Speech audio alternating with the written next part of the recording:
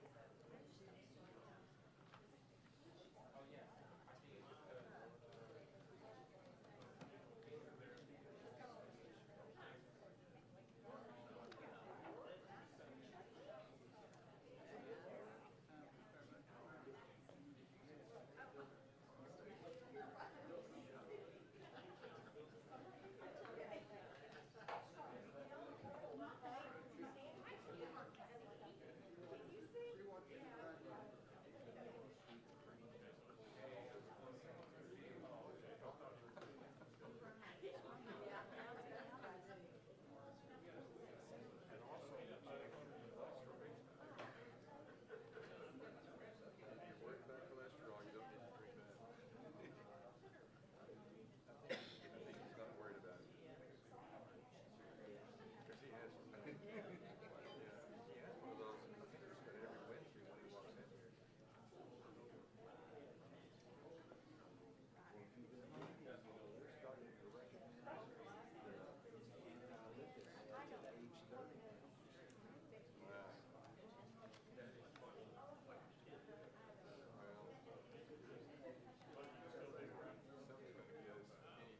sometimes truth.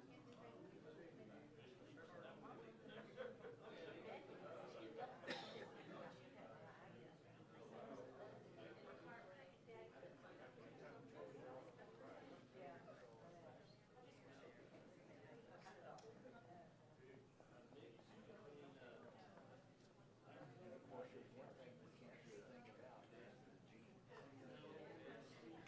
Yeah. Plus you drink that right. At 75, and my father was only 33. So here's the deal.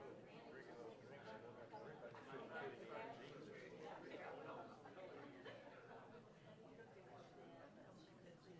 Oh, those kind of genes. Oh,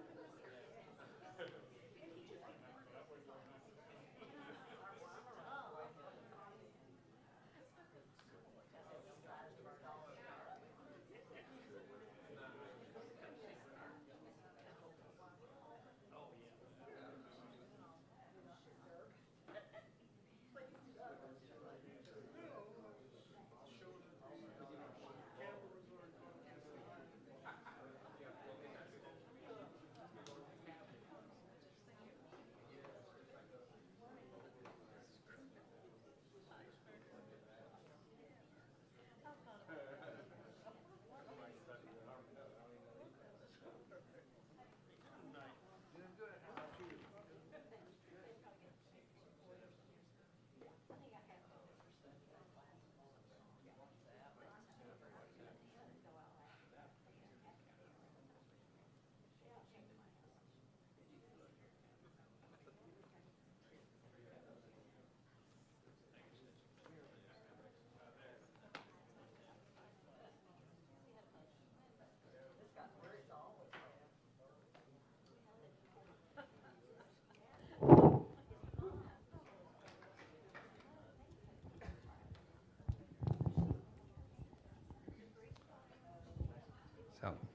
Sounds hot tonight.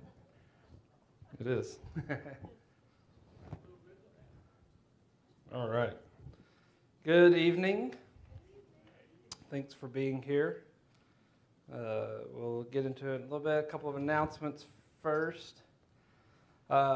In 2 Sundays, Sunday, April 19th, we're having our 5th annual Spring Classic. That'll be at Harry S. Teeter Park. just up the road in Crowley. Bring a lawn chair.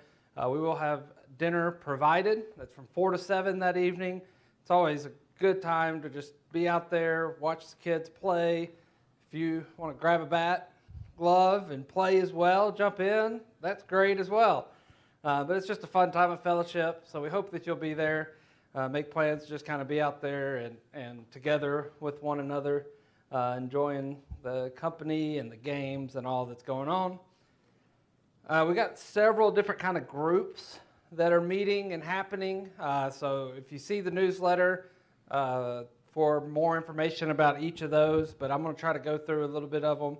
There's a grief support group that started a couple weeks ago. So that meets here on Saturdays in the community room. Barbara Renfro and Carolyn Cleveland are leading that. You can see them. Oh man, that one didn't work. So there's also a group called Carried. And so if anyone knows of someone who has experienced a miscarriage or whatever, that's starting not this Friday. This Friday would be the 10th. It's starting the 17th. That's going to be up here this week in the First Connections class. I think it's 7 o'clock on that Friday. So if you know of anyone who has experienced loss of a child in that way and needs that comfort, and it can be, they're advertising it to be at any point in life, just to be there. And so Christian Works is kind of leading that as well. As we announced several months ago, the Christian Works is also bringing an office here. Remember, we talked about that.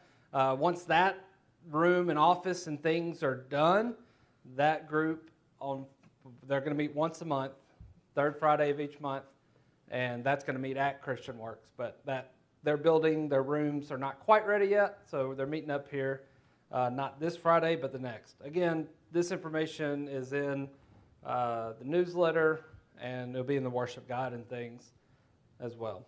Also, Stephen Leaf has started Hope Ministries, and he's run our 12-step class for a few years, but he's now broadening out and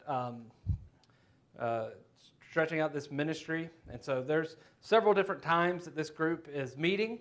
Friday nights, Sundays, and Wednesdays, they will be meeting. So there's information about that for people who are dealing with addictions.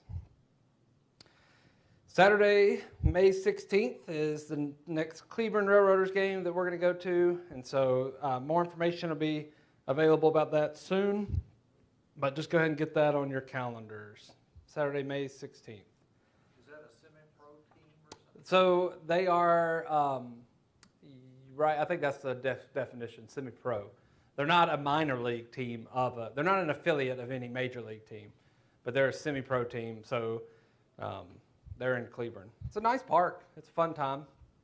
So it's a lot of players that have kind of fizzled out of the minors or even majors, and they're trying to, one last time, I think, make it back to the minors or majors. So it's fun.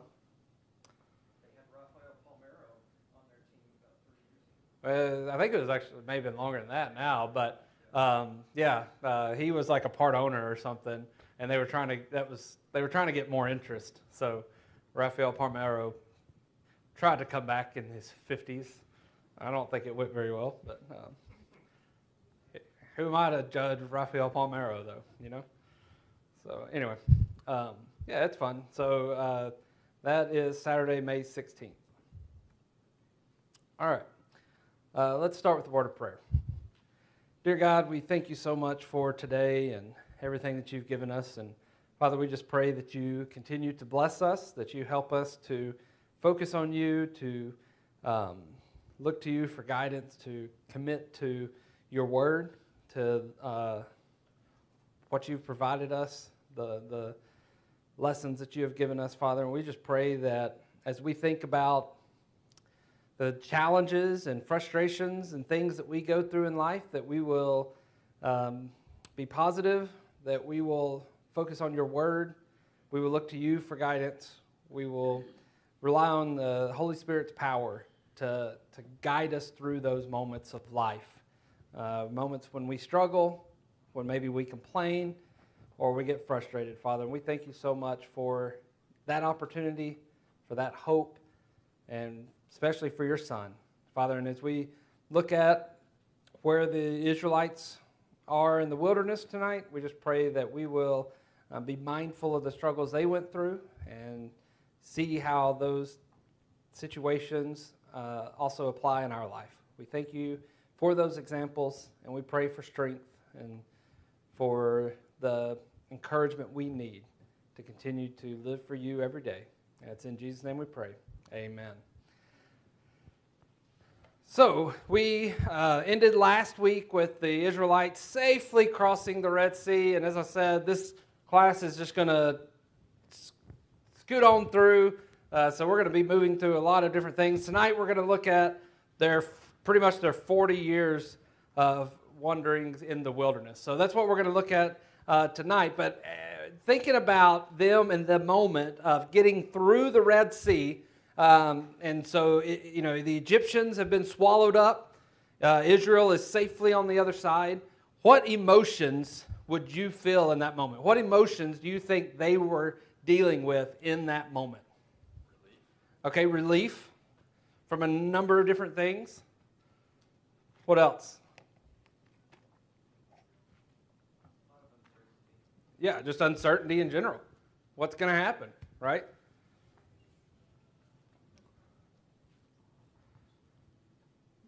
Anyone else? Kind of that feeling of, did we really just go through a sea?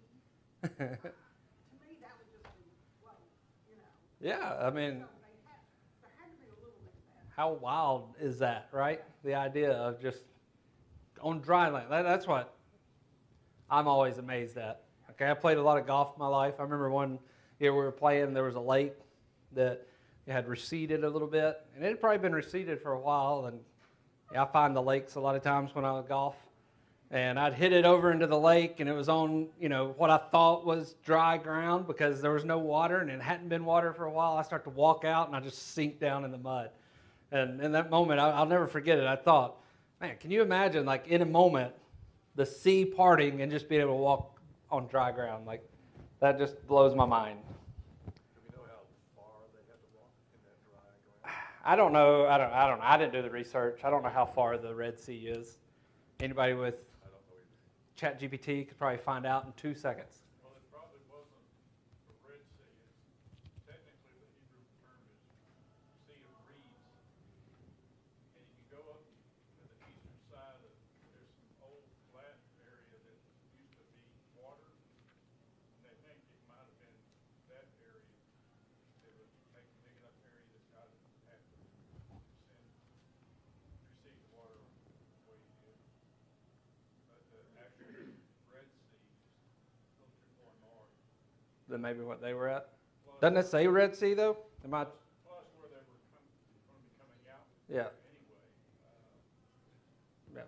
Yeah. Either way, it doesn't matter if it was It was miraculous. a creek, right? And the water split and the ground was dry. So I don't know how far. Enough to swallow the Egyptians, right? Yeah. Any other thoughts? Just think about the emotions. You talk about relief, how exciting in a way that would be to be one moment looking behind you, thinking that you're about to be captured again, maybe even thinking that you're about to go back into slavery or captivity, and the next moment watching your enemies and your pursuers get swallowed up by the sea, to then maybe even thinking about what's ahead, right? Like, well, what are we going to come up with? And that's where uncertainty comes into play. And the unknown is always an interesting thought, isn't it? Because, I mean, it's a blank slate. Like, in a way, that's exciting. Because anything can happen. But then in a way, that's terrifying. Because, again, anything can happen. And we can be faced with a lot of different things. So trouble, hardship, obviously could be in front of us. But there could also be a lot of new. And that's what we see with the Israelites.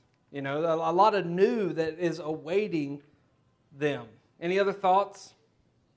Hey, Jim, I like to think of like, so when I was at the Air Force Academy in the military, there was guys that couldn't handle being free on the weekends, and they would end up getting in trouble. And so, you know, you let the dogs out the cage. So I think about the Israelites in the same sense. You know, they've had this structure, the Yeah. slavery structure. Now they're free, and let's see what's going to happen next. Are they going to, you know, stay the straight and narrow path? What does that path look like? So it's kind of the idea of being, you know, guided in a direction, and now you're given the freedom to just let your mind wander, right?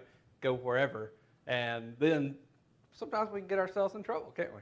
Yeah, Jim, that's kind of where I was too. We have to understand that they were born into slavery. They literally knew nothing else but that structure of you get up, you make your bricks, and you do your thing.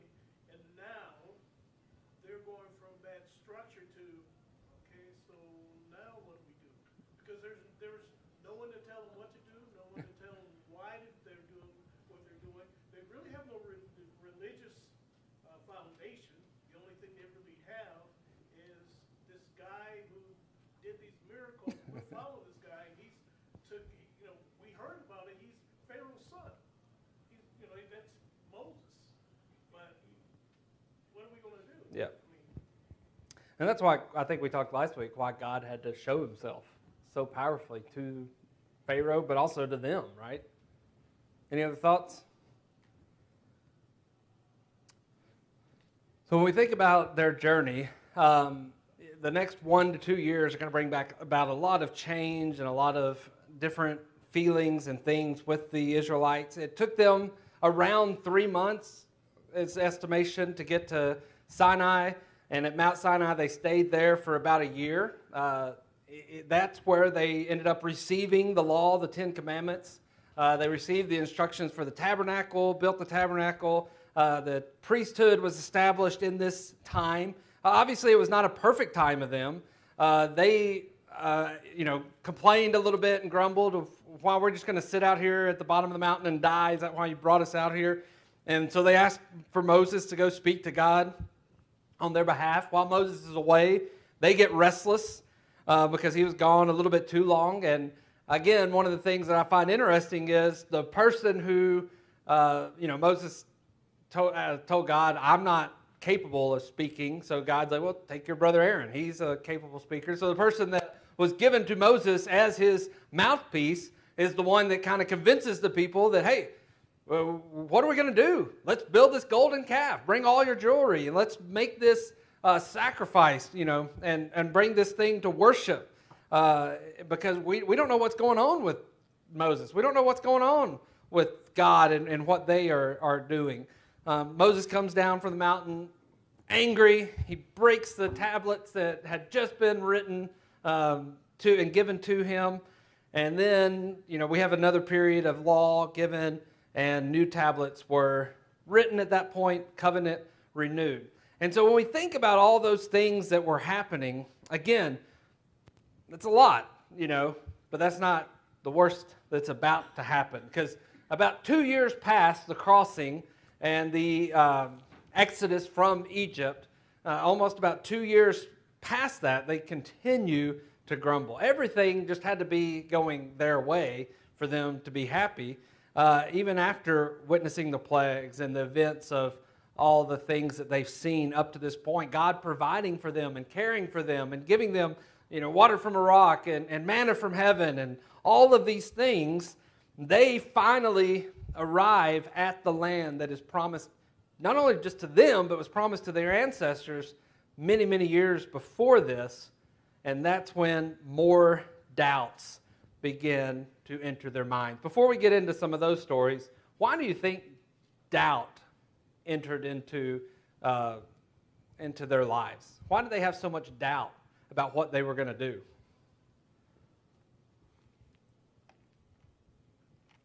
That's the way people are. That's the way people are. I mean, doubt a lot of things, right? Yeah, we like to know what's going to happen next. Yeah. So uncertainty, unknown, it just, you're always, a lot of times I go to what's the worst that can happen, right? I mean, I think sometimes that's our default. Confidence is generally built from experiences Mm. that have given it to you. Yeah. And we keep going back to it. I've never thought of it. I think it's a great point. They had no law yet. They had no Levite priesthood yet. Like, what? I'm now really curious. What was it like when Abraham was running the show? They were real, like, how did he even know to sacrifice? What did God set up that was that way? Because none of the law had been created yet or given to them. So they're just floating around doing whatever this guy, one guy says. That is not boast confidence, because that guy doesn't talk so good anyway. And he killed a guy. Yep. So it's not like he's got a track record of, yeah, we just love you. And he was raised by Pharaoh and his people, so What's his motive? there's just no history to prove we should not doubt him. Yeah, and what's crazy is we look at it from this big picture. Like we see the beginning, we see the middle, we see the end. Yeah, we read, God did this, God did this, God showed him, himself in this way and that way, and all of these things. And yeah, they've heard stories from 450 years before their time in Egypt, right? And they've heard maybe those stories, but we don't even know how well those were being told anymore. It's 4, 5, 6, I don't know, generations before. Like, that's a lot. Okay, there's a lot that can be neglected and forgotten. A lot of this, I don't know. Sometimes I think we paint them with this picture, and I think sometimes it maybe make ourselves feel better, but we don't look at it from maybe their point of view. And in the moment, man, that's a lot to ask for people, isn't it?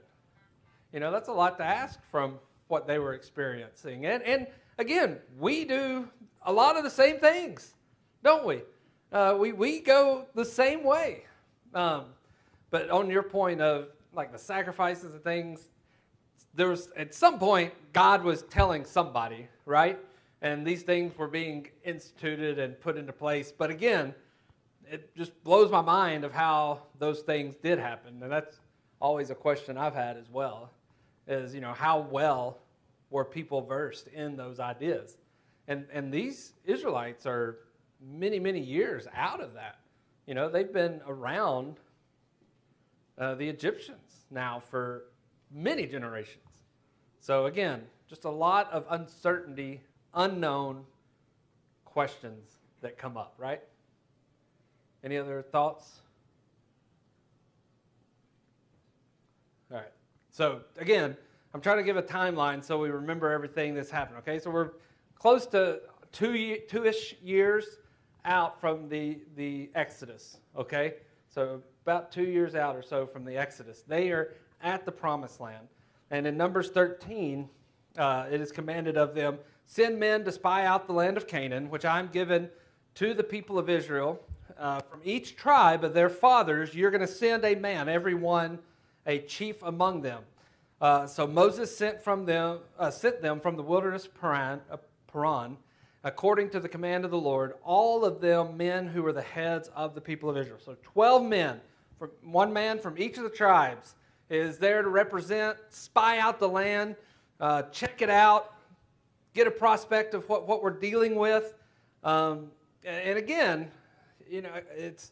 we got to look at it from two sides. Like God is saying, and I find this interesting, send men to spy out the land that I am giving to you. Okay, so let these men come back and bring a report, but I am giving you this land. Like this is your rightful land. I've promised it to you. I've promised it to your ancestors. This is your land, and I'm going to give it to you, but send these men out, see how they respond. Of course, what happens is, and I've got several different verses. I've skipped around a little bit, but all from Numbers 13. At the end of the 40 days, they returned from spying out the land. However, the people who dwell in the land, they said, are strong. Their cities are fortified, are very large. Were these things true? Yeah, they were true, right? There is nothing wrong necessarily at this point about what they said, right? Okay, they are strong. Their cities are well fortified. They were very large. And then they said, and besides, we saw the descendants of Anak there. Okay? Frightening stuff. But Caleb quieted the people before Moses said, oh, let us go up and occupy it. We are well able to overcome it. But then the men who had gone up with him said, we are not able to go up against the people because they are stronger than we are. Were they stronger? Maybe, in a physical sense, maybe. But that's not the reality of the situation, right? The reality of the situation is God was going to give them the land. He had promised it to them, okay? Joshua, Caleb, confident in that ability.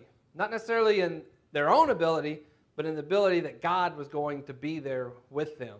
The other 10 were looking at it from a different point of view, right?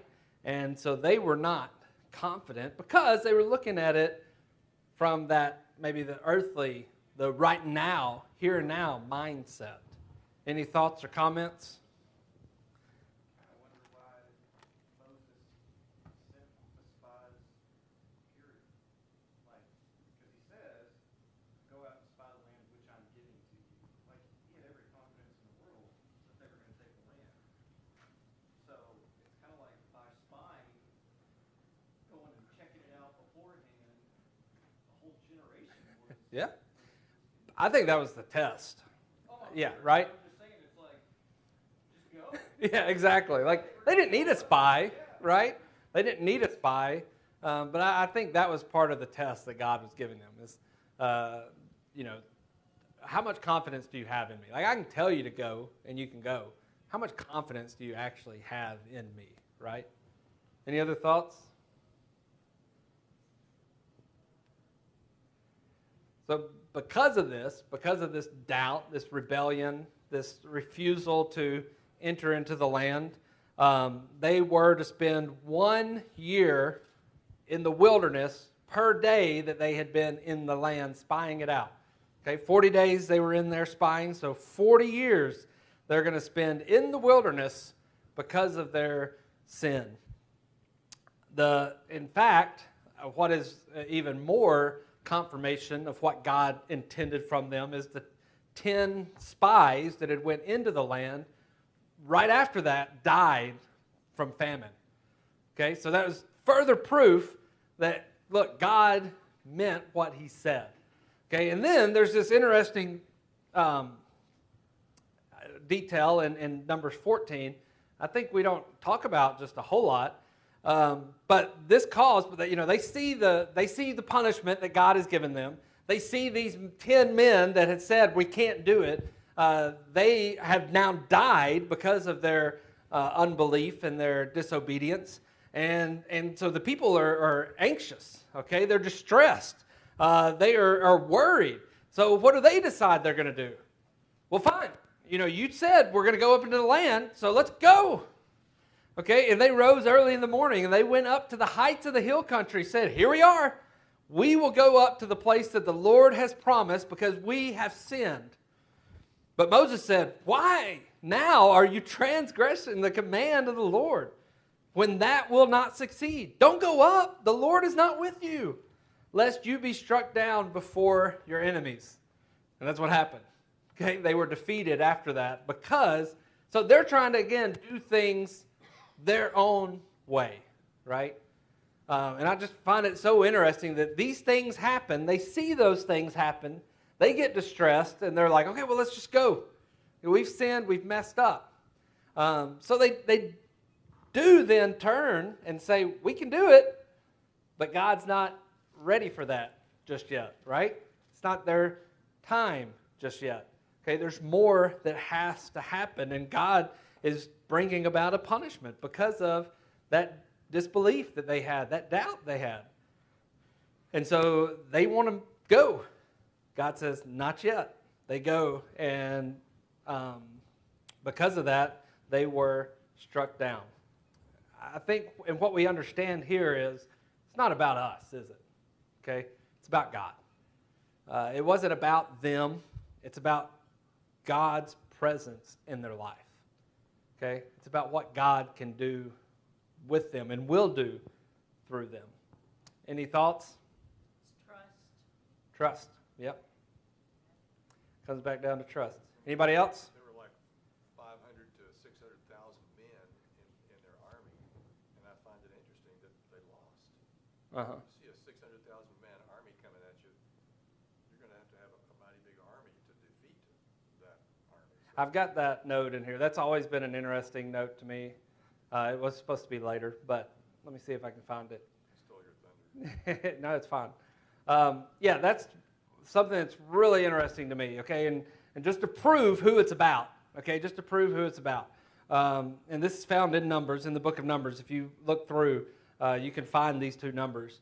But when they were ready to enter the land at this point, there's 603,550 men of fighting age, okay? 603,000 for easy sake, okay? So that's when they're about ready. After the 40 years of wandering, at that point, there's only 601,000.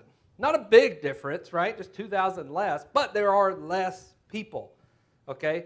And that's the moment when they are able to go in and take. Does that make sense? So it was never about the numbers.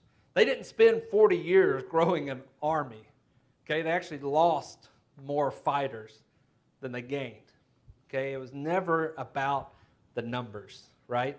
It was about God, about what He could do and would do and had promised that He would do. Anything else? It's kind of interesting because that area is where the Amorites, Canaanites and Amorites had not yet, their couple of punishment had not been filled yet. So that actually wasn't the time for God to judge them. And they were formidable. The Amorites and Canaanites, they were no slouches. Yeah, they had big numbers, but these were formidable Oh, yeah. Scary. men. Mm-hmm. And they had much bigger issues going on there, but they Yeah. fight. No, these weren't easy at all battles, right? These were, people that were dangerous, ugly, willing to do whatever it takes. Dangerously ugly. Maybe. Well, they were associated with the size of Goliath and his group. Yeah. So yeah, they were men of valor. Yep. All right, so they're lost. They're lost in the wilderness, and the wilderness for them wasn't. It was harsh travel, okay, and it wasn't necessarily, I think, the desert that maybe sometimes we picture or think about. There was a lot of different terrain. They traversed a lot of the Sinai mountain range as well. Desert, grassy areas. There was oases and all of these things. So it was just hard travel, time around. And that's where they would spend their next 40 years. What was supposed to take 2 years to get to the land is now going to take 40 extra years because of their lack of trust in God. And here's the frustrating part about the wilderness. This is the other thing that I think maybe sometimes we lose, but the idea that they're right there. They were there. They were at the land that was promised to them. They were ready. God was ready to give it to them. And, just think about being so close to something. If it's a goal or a project that you're trying to finish or you're just whatever it is in life, but being so close to something and then not able to obtain it because of some problem or some trouble or whatever it is. But they're for 40 years. I think they're wandering around. Also, think about the things they were thinking about and going through, knowing that we were right there. And now there's a whole generation of us that aren't going to be able to go in. That we're going to just die out here in the wilderness and never step foot into the land that was promised to us, right? We're never going to be able to get there. And so just being right on the edge, and I don't know that they can necessarily see it the whole time or ever really, but just the idea of being right there on the edge, knowing what awaits you is right there. There was a time when I was in college and we were going to a retreat, and and Tennessee, okay, and we were driving, and that was before GPSs, okay? Well, yeah, it was before GPSs, okay? And so what did you do before GPS if you didn't have a roadmap? What did you do? What I would do, I would get on MapQuest, put in my directions, print it off. So then we had papers. Anybody ever do that? You remember that? So you have like papers. So you're going through, okay, I got to do this. We were going to the retreat. There was a group of us, but a friend of our, I think her dad, had passed away. So we were going by the funeral home to just support her, and then we were going to drive on up to the retreat after that, okay? So it's late, it's 11 o'clock at night, 10, 11 o'clock at night, and we're going, and we get to this part, and we stop, and it's the end of it, and there's a ferry right in front. We're trying to go over the river, the Tennessee River, okay? And there's a ferry, okay? Well, the ferry stops running at like 8 o'clock, and it's 11 o'clock. And we're looking at it, and we can see across the river the light from the retreat center that we were supposed to be at. And unfortunately, one, we didn't have easy directions where we could just pop it into the GPS or phone and find it right away. And so we had to stop at a gas station and ask them. It was an hour and a half around we had to go to get to the next bridge that would go over the river, come back. Okay, and I just think about that sometimes when I think about how frustrating it was to know that, you know, if I was brave enough, I could have swam across the river, walked up the hill a little bit, and it had taken me 15, 20 minutes. Like, we could literally see it right there. And yet we had to drive an hour and a half out of our way just to get to our destination. And man, can you imagine for 40 years what was going through their minds as they're thinking about that land of promise that is right there beside them, and yet they're not able to get there. They battled the Amalekites and the Canaanites. I wonder how many men they lost. Yeah. But you didn't know what was in that lake. I didn't know what was in that river. No, there are scary things in the river. Yeah. I was just thinking about an analogy to eternity, almost, but lost. Mm-hmm. Yeah. Yeah, almost. Yeah. Yeah, almost. What are we told? Only counts in horseshoes and hand grenades, right? It's only two things it counts in. Yeah, but think about the men lost. Well, I mean, Charles, my estimation, 603,550 men would have been lost in the wilderness, right? Because the fighting generation was a whole new generation. I just wonder how many got killed. In the battles, yeah. Yeah, I don't know. Snakes in that lake. Yeah. Well, it was spring, I think, so maybe they weren't out just yet. Maybe it was still cold. They said they died with a sword, so I do Yeah. assume that Yeah, I think that's how most of them. It's a good thought. Anything else? There was, between the seas, the Jordan and the Red Sea or whatever, there was some good things that happened. First, opposition was removed, right? By the time they get to Canaan's land and after the 40 years, the report's different, okay? I think the people, not perfect, they still made mistakes, but opposition for that was removed. The old generation had died out. They had gained some confidence in taking the land. And so faithlessness too, the faithlessness that they had seen, it had been removed. And now, so the wilderness purified the people in some ways, okay? It purified them. It got them to refocus, to remind themselves or to show that, hey, God is in control, okay? God is the one that is going to get us here and get us through this. And so their faith and trust in God was restored. Confidence was given to them as well. I think about just our lives and how sometimes we get lost in the wilderness of life, okay? We have things that come up. We have issues and journeys and tribulations and problems. And there's times when we're right there, right? We're ready to see the promise. Maybe we've even entered into the promise, and yet we forget. Okay, maybe we've even crossed over and then we neglect. And the mistakes that we make. And in our journey, it has an incredible beginning and it also is going to have an end. But what is most important is that time in the middle, right? The time when we spend making those decisions.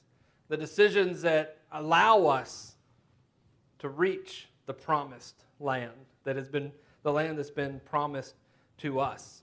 Israel had to do a lot of learning while they were in the wilderness. And unfortunately, sometimes we need to do a lot of learning as well, don't we? Sometimes we get in our own way. Sometimes we stumble over our own feet, right? We sometimes aren't able to get past ourselves. Selfishness causes us some problems from time to time. And so, sometimes we need those wake-up calls in life. And so I think that's one thing we need to remember. But through the wilderness of life, the decisions we make, the focus, the trust, our faith, those things can get us to the rest, right? The promised land. The land that is going to, that's why the journey is going to end. It's going to end with rest. Not that it's going to be easy. It was not easy for the Israelites. The wandering was not easy. Even taking the land was not easy. It came with some specific instructions. It came with heartache. It came with problems. But that's where we find ourselves.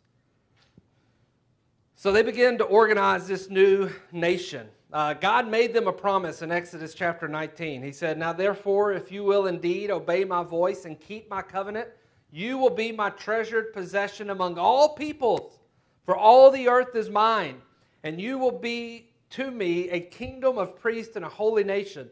These are the words that you shall speak to the people of Israel."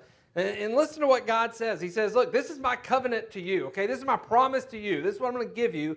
And if you will do this, if you're going to listen to me, and you're going to obey me, and you're going to keep my covenant, then you will be my treasured possession. It wasn't just because of who they were. It was also because of what they chose to do, right? Okay? It was also about what they were going to choose to do. And God made them so many promises. He offered them so much rest.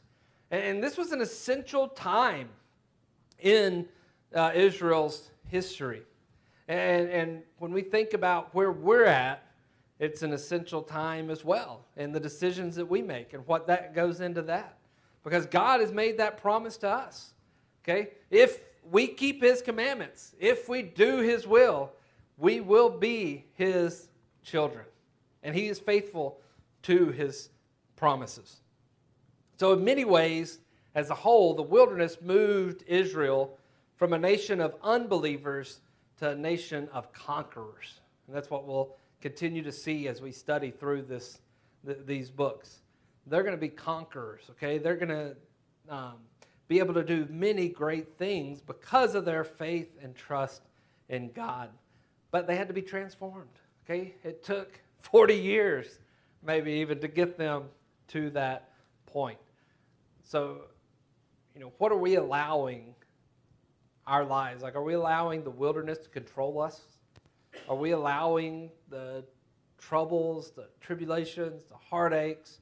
Are we allowing those things to hurt us, to break us down, to give us more doubt, or to cause us, to fall into temptation?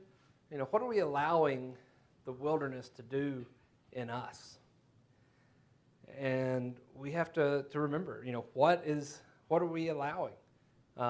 Or are we allowing God to shape us, to mold us?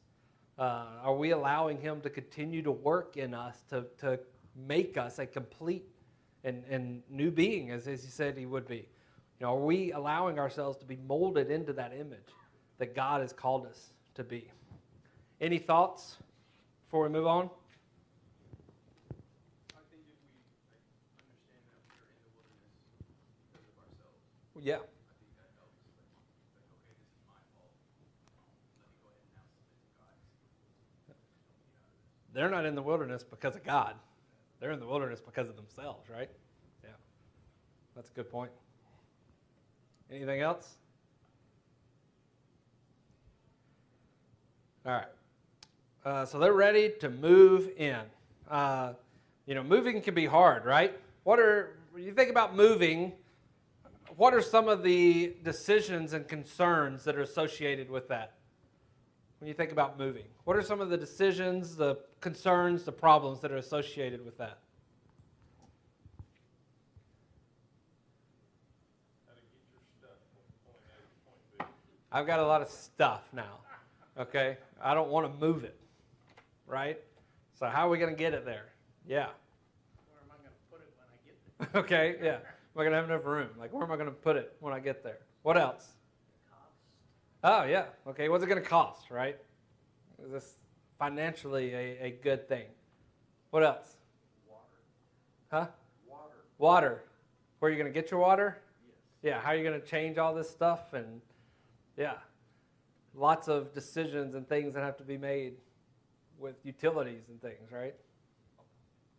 Do they have utilities? Yeah, do you have utilities? I'm not talking about that. I'm talking about us moving. Yeah, us. We're talking about us right now. What else? Oh yeah, so yeah, you got to if you got a family, like you got to decide things about your family, like where are they going to go to school, right? Medical. Yeah. Well, am I going to just change on my doctors and all the people that I'm comfortable with? You think about your kids, like yeah, are they going to be able to fit in at the new place, right? Yourself. How are you going to fit in, right? How are you going to make it? Where are you going to work? Are you moving for a job or not? So are you going to like it though? Is it better? Sometimes you hear the grass not always greener on the other side, right? It may look it, but it's not. There's a lot of things that go into decisions and concerns. On one side, again, the unknown, starting new is exciting, isn't it? Because if you've messed up something along the way, hey, I've got a chance to fix it. The other side of that coin is it may not be better. And maybe I messed it up and I'm going to mess it up again. There's no guarantee that I'm going to be able to do it. So just a lot of doubts, right? A lot of unknown, a lot of uncertainty. Any other thoughts? What do you think as they're ready to move in is going through their minds, the Israelites, as they focused on entering the land? Post 40 years. We skipped over the 40 years, okay? We're through 40 years of wandering. That was quick, right? It didn't last long for us, but what? Is it as good as I thought it was going to be? Yeah, okay. Is it really as good as now? And there was a couple points actually it's made as they're spying out the land. Even the other spies, the 10 negative, they talked about how nice the land looked, but the people, right? But it's still a question. Like, is it? I mean, sometimes you start thinking about something so much, you put it up on a pedestal. Just because they said it, is it? Yeah, exactly. Is it real? Is it really what I want? Is it really going to be that impactful and beneficial for me? What else? Any other thoughts? Might have gotten used to roaming around. They don't want to change. We've been doing it for a while. Nobody likes change, right? Yeah. Why go through all the effort of having to kill people and take cities and do all this? We're doing okay out here. We got food. We got water. We're fine, right? Any other thoughts? I wonder if they thought it's not as good as where we just came from. Can we go back? Yeah. Maybe we'll just try it out for a little bit. Let's do a 6-month agreement. Maybe we'll go back. With some hardship, some of them may have wanted to go back to Egypt. Yeah, and I don't know. I mean, at this point, there have been some that would have still known what Egyptian life. They would have been little, in Egypt. But yeah, like, hey, we still were provided for. Maybe it's just better to go back. That's comfort. That's what we knew. Change is hard, isn't it? There's a lot of us that don't. Some people love change. I don't like change. So they're ready. Does anybody else have anything else? So they're ready, okay? They're ready to move in. I want to finish up with 3 points that God had provided them with. Some promises, some assurances. The first thing is relief. And you can turn to Exodus 23. I'm going to read some of this, okay? I may have put the wrong verse on here. Exodus 23, starting in verse 20. Okay. The words are right. It's not Exodus 20, it's Exodus 23. So the 20 is wrong, but the words are right. Behold, he said, I send an angel before you to guard you on the way and to bring you to the place that I have prepared. Pay careful attention to him and obey his voice, and do not rebel against him, for he will not pardon your transgression, for my name is in him. But, this was the promise to God.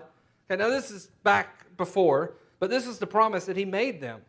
If you carefully obey his voice and do all that I say, then I will be an enemy to your enemies and an adversary to your adversaries.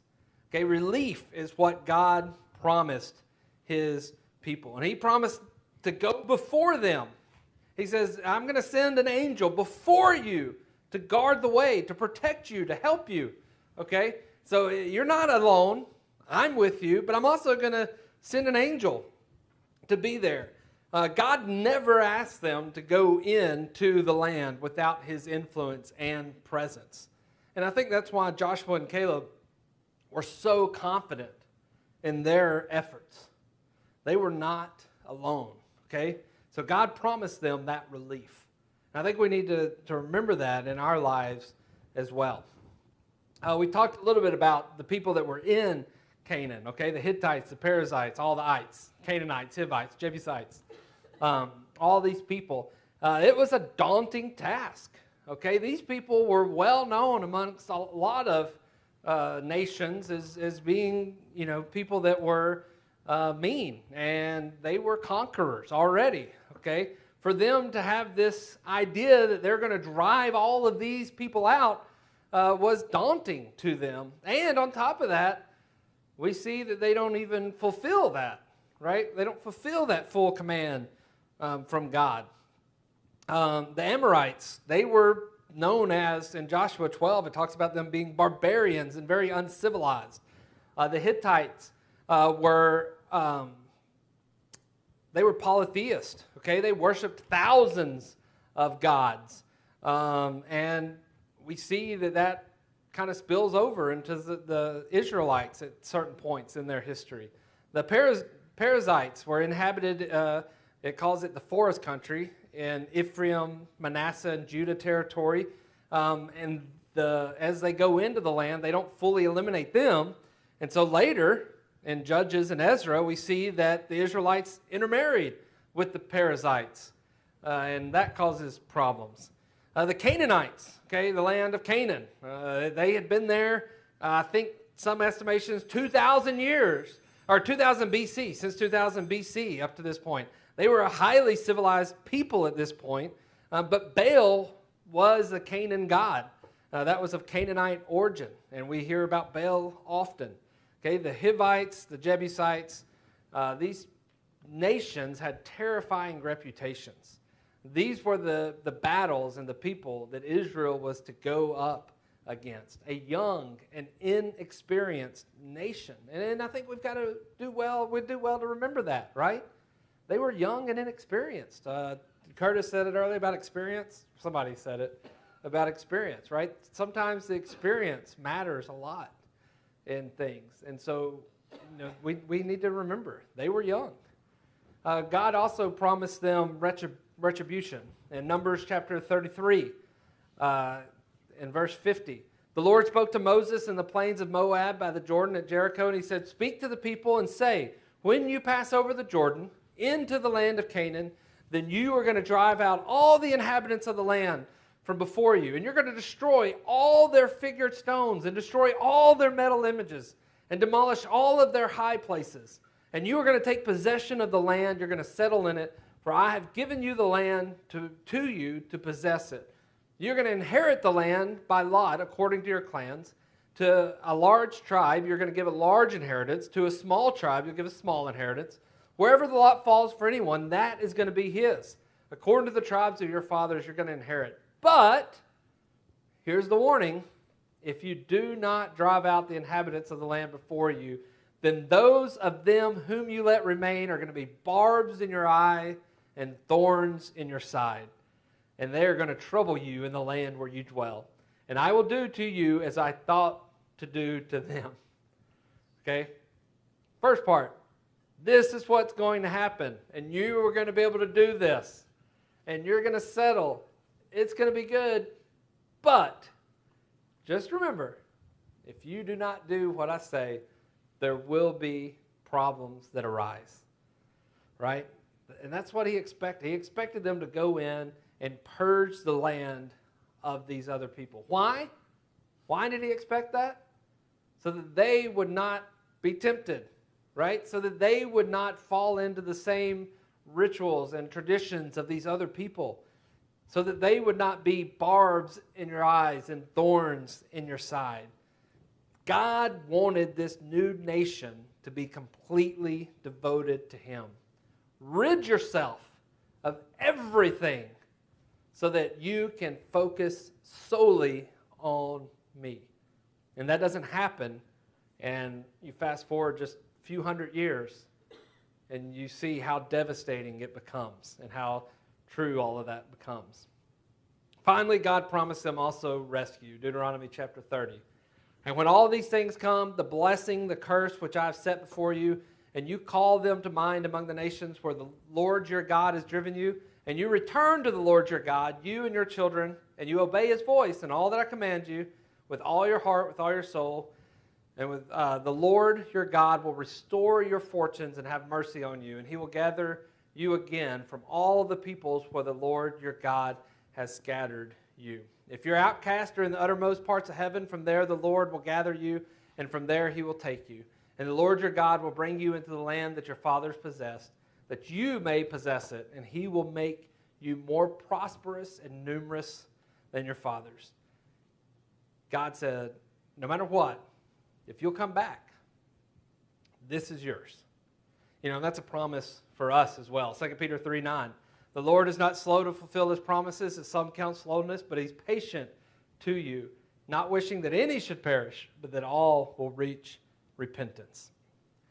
God promises many things to the Israelites. He promises them, you know, a life of really ease and comfort if they would do his command, if they would follow his will. You know, when we think about moving and we think about starting over, it can be difficult. It can be hard.